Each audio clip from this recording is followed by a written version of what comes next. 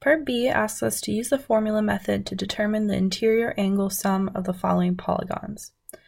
So if we remember, our formula for the interior angle sum is that the interior angle sum, or IAS, equals 180 times n minus 2, where n is equal to the number of sides in our polygon. So looking at these first four questions of part B, in one we have an octagon which has 8 sides, so n equals 8 for this polygon. So the IAS equals 180 times 8 minus 2. That's 180 times 6,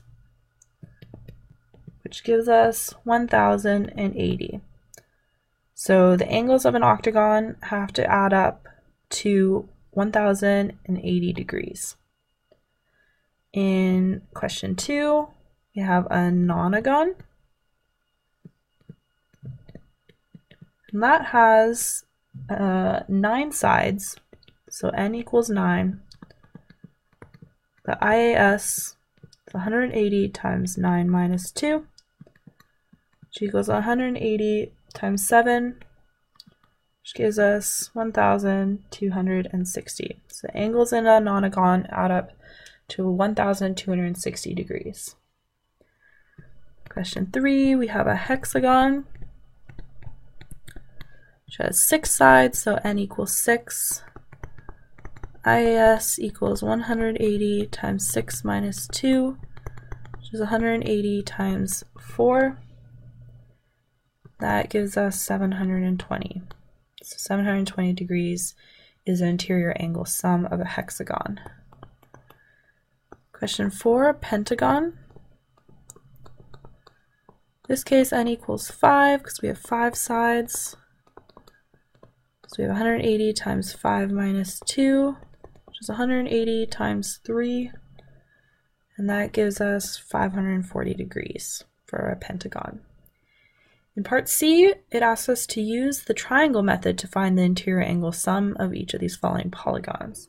So in this case, what we want to do is pick a vertex and draw a line to every other vertex that's not directly adjacent to the vertex we picked, and then that will form triangles, and we can figure out how many triangles are in our polygon. And since we know that triangles have a interior angle sum of 180 degrees, we can multiply our number of triangles by 180 to figure out the sum of our polygon. So starting with question 1, I'm going to pick this vertex and draw a line to this one here. That's the only one I have available, and that gives me 2 triangles here. So I have 2 times 180 for each of the triangles. That gives me 360 degrees. So this polygon has an interior angle sum of 360. In part 2, draw a line here, here, and here. And that gives me 1, 2, 3, 4 triangles. So I have 4 times 180, and that gives us 720 degrees. We can see that this polygon has 1, 2, 3, 4, 5, 6 sides, so it's a hexagon. And so if we go up to part B, where we found the interior angle sum of a hexagon using the formula method, you can see that we also got 720 degrees. So that's great that it works out to the same number in both methods. Question 3, I'm going to pick this vertex here and draw 2 lines here to make 1, 2, 3 triangles. So we have 3 times 180, which is 540 degrees. And again, this polygon here has 1, 2, 3, 4, 5 sides, which makes it a pentagon. And we found up here in question 4, using the formula method, a pentagon has 540 degrees, so it's interior angle sum.